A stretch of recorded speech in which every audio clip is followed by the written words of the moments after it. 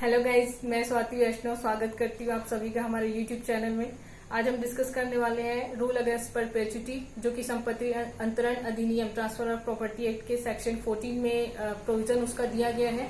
तो सबसे पहले हम समझने की कोशिश करते हैं कि शाश्वता ये शब्द का मतलब क्या होता है। तो देखिए, बेसिकली इसका मतलब होता है कंटिन्यूटी, निरंतरता, मतलब जो हमेशा से चली आ रही है, जिसके अस्तित्व पे कभी कोई ब्रेक नहीं लगा है, कोई रुकावट नहीं आई है, समझिए कोई प्रश्न चिन्ह नहीं लगा है।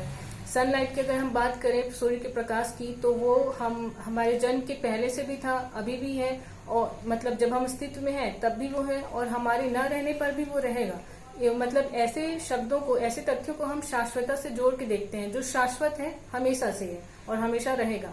अगर हम बात करें कि प्रॉपर्टी के संबंध में शाश्वता का क्या अर्थ हुआ, तो उसका मतलब ये है कि अगर हम सोसाइटी में एक एक परिवार को अगर एक वर्ग माने, हम क्लासिफाई कर रहे हैं और एक कैटेगरी में सिर्फ एक फैमिली को रख रहे हैं, तो वैसी कंडीशन में अगर कोई संपत्ति है, जैसे हम पैतृक संपत्ति की बात करते हैं, पैतृक संपत्ति को परिवार के लोगों ने ऐसे तरीके से ट्रांसफर किया है एक दूसरे को कि वो सोसाइटी में किसी और के पास जा ही नहीं रही है, ना तो बाय ट्रांसफर जा रही है, ना तो कोई सेल किया जा रहा है, ना ही और किसी तरीके से ऐसा एंजॉयमेंट नहीं किया जा रहा है जिससे कि प्रॉपर्टी उस घर के हाथ से निकल के किसी और के हाथ में जाए।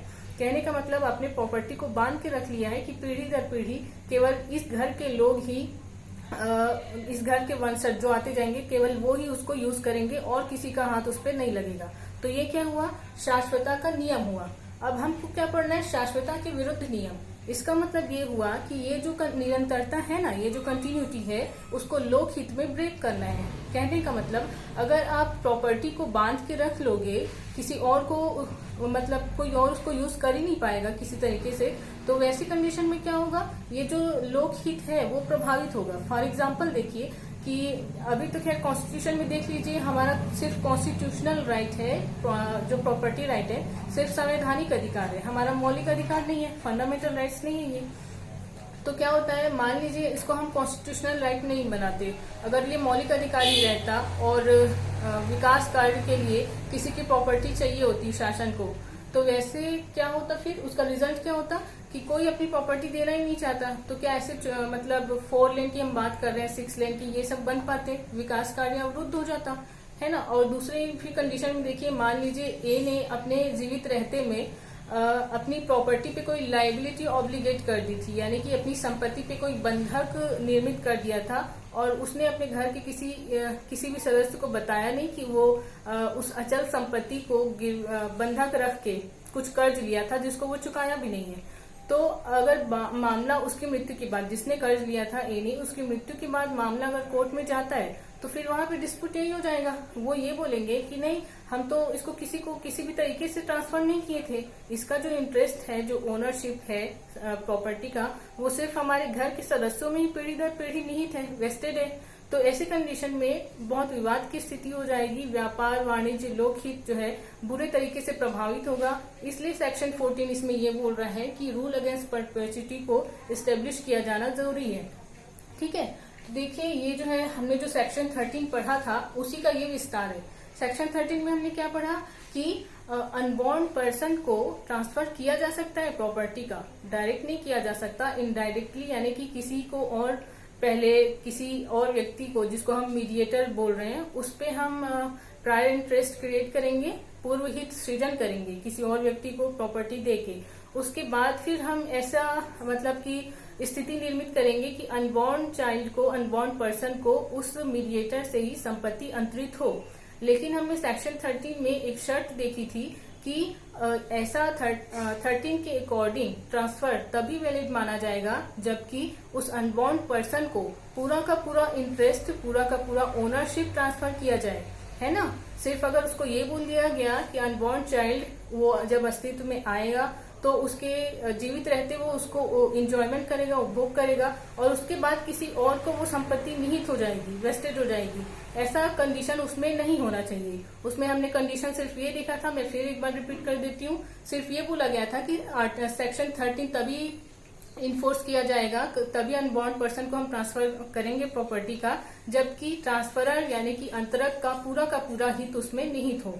तो उसी कंडीशन को यहाँ पे 14 ये बोल रहा है कि देखिए, जब तक ट्रांसफर ऑफ प्रॉपर्टी एक्ट का सेक्शन 14 ये बोल रहा है कि किसी भी व्यक्ति को मतलब कोई व्यक्ति अपनी संपत्ति एक से अधिक जीवित व्यक्तियों को अंतरित कर सकता है। 1 or more living person can be transferred to any property। उसके बाद क्या है कि अगर आपने जो अल्टीमेट बेनिफिशियरी है, जो अंतिम अंतरिती है या अंतिम जो उसका उपभोग करने वाला व्यक्ति है, उसकी वयस्कता के बाद मतलब बाय एज ऑफ मेजॉरिटी, उसकी मतलब माइनॉरिटी जब खत्म हो जाती है, अवयस्कता की उम्र को उसने पार कर लिया, उसके बाद वो संपत्ति उसको निहित होनी ही चाहिए। उसके बाद आप उसको रोक नहीं सकते उस संपत्ति को यूज करने से। यहाँ पे मैंने इंपॉर्टेंट चीज लिख दी है इसकी। पहले तो आपको शाश्वतता का मीनिंग ही समझना है। आर्टिकल 13 का ये विस्तार है। फिर ये भी हमने देखा संपत्ति को एक वर्ग में बांध के नहीं रखा जा सकता, इसका मतलब ये होगा शाश्वतता के विरुद्ध नियम का। अब देखिए जो अंतिम अंतरिती है, अल्टीमेट ट्रांसफरी यानी बेनिफिशियरी जो है, उसकी वयस्कता की एज के बाद संपत्ति में उसका जो हित निहित होने वाला है, जो सृजित होने वाला है, उससे उसको दूर नहीं रखा जा सकता। अगर हम बात करें एक्चुअल जो लैंग्वेज है सेक्शन 14 की, तो वो क्या बोल रहा है, देखिए एक बार मैं फिर से डिस्कस कर लूं इसको। कोई भी संपत्ति अंतरण ऐसा हित सृष्ट करने के लिए प्रवृत्त नहीं हो सकता। ये निगेटिव सेंस में लिखा हुआ है सेक्शन 14 में। कोई भी संपत्ति अंतरण ऐसा हित सृष्ट करने के लिए प्रवृत्त नहीं हो सकता, यानी कि इन्फोर्स नहीं हो सकता, जो उस कालावधि के अवसान के समय अस्तित्व में होने वाले किसी व्यक्ति को अप्राप्त वयता के पश्चात प्रभावी होना हो। एक बार मैं इंग्लिश में रिपीट कर देती हूँ। No transfer of property can operate to create an interest to the person who shall be in existence at the expiration जो अंतिम समय अवसान, expiration of the period। तो देखिए यहाँ पे आपको दो चीजें ध्यान देनी है। सेक्शन 14 में जो लैंग्वेज लिखी है उसमें क्या है, एग्जाम्पल से हम समझते हैं। ए जो है at the time of transfer, at the date of transfer, मतलब कि संपत्ति अंतरण की जो तिथि है, दिनांक है, उस टाइम पे अंतरणकर्ता जो वास्तविक मालिक है वो एक से अधिक जीवित व्यक्तियों को अंतरित कर सकता है संपत्ति। बी को भी कर दिया, सी को भी कर दिया, डी को भी कर दिया मान लीजिए। तो इन सभी को वो कैसे किया था, इनमें लाइफ इंटरेस्ट क्रिएट किया था। लाइफ इंटरेस्ट यानी कि सेक्शन 13 में जो हमने देखा था, एक प्रायर इंटरेस्ट पूर्व हित आपको सृजित करना है, लेकिन साथ में ये भी कहा गया था कि ये जो प्रायर इंटरेस्ट है या तो वो शॉर्ट टर्म के लिए हो, कुछ ही समय के लिए, अल्प अवधि के लिए, या फिर उनके पूरे लाइफ टाइम के लिए हो सकता है। बी अपने लाइफ टाइम उसको यूज करे, फिर सी को मिल जाएगी वो प्रॉपर्टी, सी अपने लाइफ टाइम यूज करे, फिर डी को मिल जाएगी, डी अपने लाइफ टाइम यूज करे। उसके बाद अगर ई को मिलनी हो, अगर ए ने ऐसा ट्रांसफर किया कि सबसे लास्ट में ई को मिलनी हो, तो यहाँ पे ये जो अवसान के पश्चात, अवसान के पूर्व वाली जो बात है उसमें क्या है कि जब डेट है ट्रांसफर का, जो डेट है मान लीजिए 1 अगस्त की है, 1 अगस्त 2020 ये ट्रांसफर की डेट है मान लो, तो इस डेट में एक से अधिक जीवित व्यक्तियों को ये कर रहा है, एक या एक से अधिक जीवित व्यक्तियों को अंतरित किया, लेकिन उसमें शर्त ये भी है कि इसके अवसान के पूर्व, अवसान यानी कि वही जो एक्सपायरेशन है, तो उसके पूर्व अगर ये व्यक्ति अस्तित्व में आ जाता है तो इसमें जो इंटरेस्ट निहित होना है उसको आप रोक के नहीं रख सकते। वो इसलिए क्योंकि फिर से वही वाली बात आ जाती है कि ये जो अल्टीमेट बेनिफिशियरी है उसको पूरा का पूरा वो वाला इंटरेस्ट, वो वाला ओनरशिप आपको ट्रांसफर करना है जो कि इसमें निहित था, न कि इनके जैसा इंटरेस्ट। इनमें क्या था, ये किसी को देखिए, ये सिर्फ अपने जीते जी इसको यूज कर सकते थे, ना तो इसको डिस्ट्रॉय करना, ना तो ट्रांसफर करना, ना सेल करना, और किसी तरीके से इसको एंजॉयमेंट नहीं कर सकते थे। सिर्फ ये मान लीजिए आप एग्जांपल लेते हैं खेत का, तो खेत से जो फसल आ रही है उस फसल को बेचो, उस फसल को आप खाओ, सिर्फ ऐसे ही यूज कर सकते थे। उस फसल को मतलब अगर आपको जरूरत पड़े तो आप उस खेत को बेच नहीं सकते थे फॉर एग्जाम्पल। तो अगर आप ऐसे ही लिमिटेड इंटरेस्ट दोगे अल्टीमेट बेनिफिशियरी को, तो क्या हो जाएगा, सेक्शन 13 और सेक्शन 14 दोनों का वायलेशन हो जाएगा और संपत्ति एक तरीके से बंद के ही रह जाएगी, किसी और के हाथ में जाएगी नहीं। इसलिए ये प्रोविजन जो है दिया गया है। ठीक है, अब देखिए साथ में आपको ये भी ध्यान देना है, जैसे डाउट हो रहा था कुछ बच्चों को कि सेक्शन 13 को पूछा जाए तो कौन कौन से सेक्शन को लिखना है, सेक्शन 14 को पूछा जाए तो फिर किसको लिखेंगे। तो देखिए सेक्शन 13 और 14 दोनों अपने आप में एक अलग अलग डॉक्ट्राइन है, अलग अलग थ्योरी है। फिर भी जब आप 14 को लिखेंगे तो ये लिख सकते हैं कि सेक्शन 13 को ही ये एक्सप्लेन किया गया है, उसकी शर्तों को अच्छे से समझा रहे हैं। लेकिन जब 13 को पूछा जाए तो जरूरी नहीं है उसमें आप सेक्शन 14 को इंक्लूड करो, क्योंकि देखिए कई बार जो चेकर होते हैं, मैं आपको मतलब एक दूसरा पक्ष बता रही हूँ, उनकी मेंटेलिटी क्या होती है कि जो पूछा जा रहा है बच्चा उसको एज इट इज वैसा लिखे। हालांकि ये बात बच्चे बोलते हैं कि कम लिखो तो नंबर नहीं मिलते, लेकिन कभी कभी ये भी होता है कि ज्यादा लिखोगे तो उसमें बात ये आती है कि हो सकता है बच्चे ने चीटिंग की है, हो सकता है कि बच्चे ने मतलब कि ओवर स्मार्टनेस दिखा दी है, आंसर हमने कुछ चाहा था और ये पूरे सेक्शन को उतार दिया है, वैसी वाली बात हो जाती है कभी कभी। हालांकि अभी ऑनलाइन एग्जाम होगा तो फिर उसमें तो अलग ही स्थिति रहेगी। तो देखिए मैं क्या बोल रही थी कि सेक्शन 13 जब आपको बोला जा रहा है तो उसमें आपको लिखना है 13 के अलावा जब आपको पूछ रहा है अनबॉर्न पर्सन को ट्रांसफर कैसे किया जा रहा है, सेक्शन 13 के बारे में अजात व्यक्ति को किए गए संपत्ति अंतरण को एक्सप्लेन कीजिए। तो इसमें आपको लिखना है 13 के अलावा 16, 5 और 7 तो मैं एक्सप्लेन की ही थी, तो उसको आप जो सेक्शन में लिख रही हूँ उसको आपको एकदम एक्सप्लेन नहीं करना है, सिर्फ ब्रीफ में समराइज करना है इसको कि रिलीवेंसी दिखानी है आपको, आपके जो थ्योरी आप लिख रहे हैं उससे दूसरा सेक्शन कैसे रिलीवेंट है वो आपको अगर आता है सिनॉप्सिस बनाना तो ही लिखिए, नहीं तो फिर जो पूछा जा रहा है सिर्फ उसको लिखिएगा। 5 में जैसे हमने देखा कि संपत्ति अंतरण एक लिविंग पर्सन के द्वारा दूसरे एक या अधिक लिविंग पर्सन को ही किया जा सकता है। अब यहाँ पे क्या है, एक लिविंग पर्सन ऐसे को कर रहा है जो कि लिविंग नहीं है, जो एग्जिस्टेंस में आएगा कुछ टाइम के बाद, इसलिए 5 को आप एक्सप्लेन कर देना। फिर 7 को इसलिए एक्सप्लेन करोगे क्योंकि 13 में जो बोल रहा है 13, 14 दोनों की बात यही, हम एक मीडिएटर ट्रांसफरर बना रहे हैं, यानी वास्तविक जो अंतरण करता है वो संपत्ति इसको ट्रांसफर करने के लिए किसी और को मीडिएटर भी बना रहा है। तो ऐसे कंडीशन में आप 7 को भी लिख सकते हैं, 7 को आपको लिखना चाहिए क्योंकि उसमें ये बोल रहा है कि कोई ऐसा लिविंग पर्सन जो खुद की संपत्ति उसकी नहीं है, लेकिन अगर असली मालिक से वो ऑथराइज्ड है, प्राधिकृत है, तो वैसी कंडीशन में भी वो ट्रांसफर कर सकता है ना। तो आप 5 लिख लीजिए, 7 लिख लीजिए, 16 लिख लीजिए, ज्यादा से ज्यादा 19 लिख लीजिए। वैसे 19 को भी आपको एकदम शॉर्ट में ही बताना होगा कि निहित हित या वेस्टेड राइट क्या है, और ये भी बात की बात है। आपको जो लिखना है 5, 7, 16 एंड इसमें आप लिखोगे 20। सेक्शन 13 के लिए मैंने क्या बोला, सेक्शन 5, 7, 16 एंड 20। सेक्शन 14 जब आप लिखोगे तो आप लिखोगे 13 का विस्तार है, 30 को आप लिखोगे, इसके बाद 16, फिर 18 और उसके बाद फिर 20 को भी लिख सकते हो। ठीक है, इसको नोट कर लेना आप किसमें क्या लिख सकते हो। तो देखिए अब कौन सा सेक्शन बचा हमारा, 16 एक्सप्लेन करना बचा है। और ध्यान दीजिएगा ये जो सेक्शन 18 है ये कंडीशंस बता रहा है, शर्तें बता रहा है कि 14 को कहाँ पे लागू किया जाएगा। सेक्शन 14 कहाँ पे लागू, हर जगह लागू नहीं होगा, इसलिए एचयू बता रहा है कि कहाँ कहाँ पे ये लागू होगा, या फिर एक तरीके से अपवाद बोल सकते हो आप, एक्सेप्शन कि 18 जो है 18 में जो शर्तें दी गई हैं वहां पे 14 जो है लागू नहीं होगा। तो देखिए 16 क्या बोल रहा है, 16 बोल रहा है कि ऐसा जो प्रायर इंटरेस्ट किसी में क्रिएट किया गया है, अगर उसकी मृत्यु हो जाती है तो अगला जो ट्रांसफर है वो फेल होगा या सक्सेसफुल होगा, उस चीज को वो बता रहा है। एग्जैक्ट लैंग्वेज में बता दूं आपको,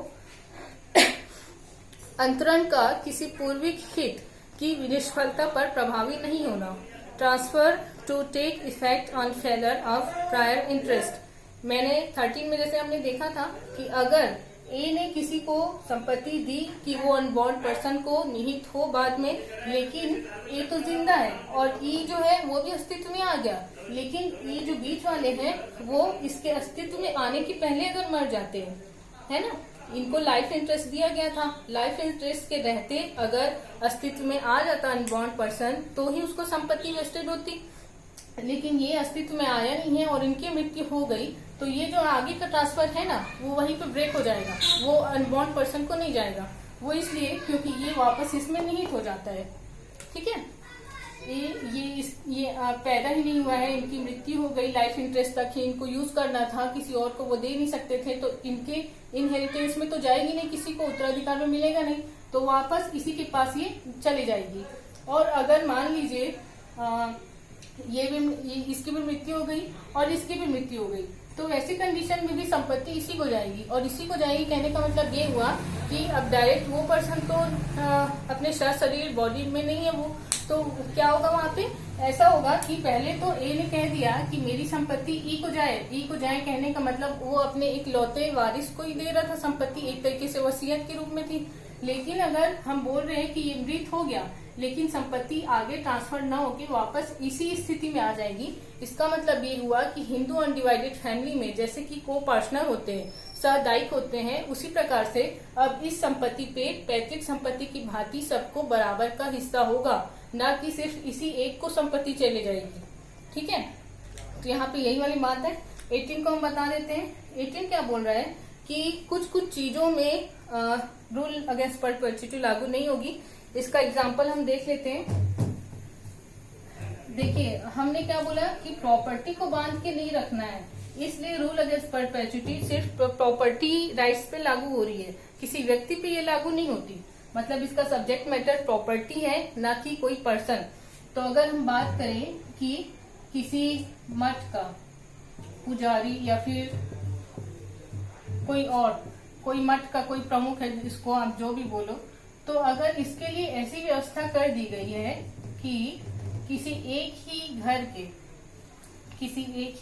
के व्यक्ति जो हैं बारी बारी से, मतलब जैसे मान लीजिए मेरे दादाजी हमारे मंदिर के पुजारी थे, उसके बाद मेरे फादर या फिर मेरे चाचा जी होंगे, उसके बाद मेरा भाई होगा, भाई के बच्चे होंगे, पीढ़ी दर पीढ़ी आपने निर्धारित कर दिया पहले से कि इस घर के व्यक्ति ही मठ में पुजारी होंगे। तो वैसी कंडीशन में ये रूल अगेंस्ट परपेचुइटी नहीं है, क्योंकि यहाँ पे आप संपत्ति का अंतरण नहीं कर रहे हो, यहाँ पे एक पद का, पोस्ट का अंतरण कर रहे हो। और पोस्ट के लिए क्या है, पोस्ट में कोई भी रहे, मतलब पोस्ट में भले एक वर्ग का ही व्यक्ति रह सकता है, लेकिन संपत्ति वहाँ पे किसी और को ट्रांसफर करने से नहीं रोकी जा रही है। वो ट्रस्ट की संपत्ति है, मंदिर ट्रस्ट के हित में, मतलब उनको जो भी सही लगेगा वो करेंगे, संपत्ति को बेचें, संपत्ति किसी और से प्राप्त करें उसको, और किसी भी तरीके से एंजॉयमेंट उसका कर सकते हैं। तो यहाँ पे जो है 18 क्या बोल रहे हैं कि लोग के फायदे के लिए शाश्वत अंतरण, transfer in perpetuity for the benefit of public. तो यहाँ पे बहुत सारी चीजें दी गई हैं, रिलीजन है, नॉलेज है, कॉमर्स है, यानी धर्म, ज्ञान, वाणिज्य, स्वास्थ्य, ये सारे जो टॉपिक हैं, इश्यूज हैं, उस पर रूल अगेंस्ट परपेचुइटी लागू नहीं होगी। ये जो रिलीजन वाला मैटर था उसका मैंने एग्जांपल दिया था। सेक्शन 20 को एक बार और डिस्कस कर लेते हैं। 20 क्या बोल रहा है, when unborn person acquires vested interest on transfer for his benefit, यानी कि अजात व्यक्ति अपने फायदे के लिए किए गए अंतरण पर ये सेक्शन 13 बोल रहा है, और सेक्शन 14 बोल रहा है कि अल्टीमेट उसको पूरा का पूरा अंतरण होना चाहिए इंटरेस्ट का। तो ये बोल रहे हैं कि अजात व्यक्ति को अपने फायदे के लिए किए गए अंतरण पर जो हित है कब सृजित होगा, कब उसको उसमें इंटरेस्ट मिलेगा। तो सिंपल सी लैंग्वेज है कि जैसे ही वो पैदा होगा उसको उसमें इंटरेस्ट निहित हो जाएगा उसका, लेकिन भले उसके साथ एक शर्त हो सकती है कि वो जब तक माइनॉरिटी को क्रॉस नहीं किया है, जब तक मेजर नहीं हुआ है, उसको वो डायरेक्ट एंजॉयमेंट ना कर सके, भले बालिग होने की बात करे, लेकिन मोटा मोटी बात यही है कि वो जन्म से ही अपने उस संपत्ति पे अधिकार रख सकता है। हालांकि देखिए अब कॉन्ट्रैक्ट करने के लिए सक्षम तो होगा नहीं वो जब तक 18 इयर्स का नहीं हुआ, तो इस कारण से बोला जा रहा है कि वो सिर्फ कुछ शर्तों के साथ उसको ले सकता है, लेकिन अल्टीमेटली उसको पूरा का पूरा ट्रांसफर करना है। ठीक है, तो आई होप कि आपको ये जो लेंदी टॉपिक है बहुत थोड़ा डिफिकल्ट लगता है, जब तक समझ ना आए वो चीज शायद आपको समझ में आ गई होगी। नहीं समझ आया होगा तो फिर एक बार और देख लीजिएगा, उसके बाद भी अगर कोई डाउट है तो आप कमेंट में मुझसे पूछ सकते हैं। ठीक है, थैंक यू।